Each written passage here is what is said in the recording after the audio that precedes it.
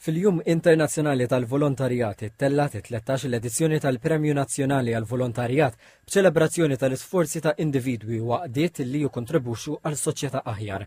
Tony Samut li jirrappreżenta lid-Dar tal-Providenza ingħata l-Premju tal-Volontieri Nazzjonali tas-sena 2024.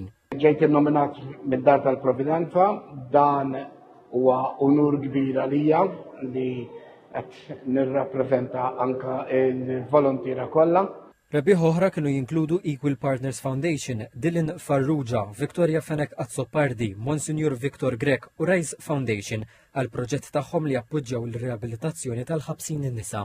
Il-Ministru għall-Inklużjoni u l-Qdiet Volontari Giulia Farrugia faħret l-ispirtu altruist tal-volontira u qalet li dawn il-premji jagħmlu unur lil individwi li jsaħħu l-komunitajiet tagħna u jaspiraw it-tama permezz tad-edukazzjoni tagħhom. Iċ-Chairperson tal-Kunsill Gertrude Buttigieg enfasizzat l-impatt siket iżda profond tal-volontira u sejħet il-ħin u l-impenn tagħhom bħala wieħed imprezzabbli.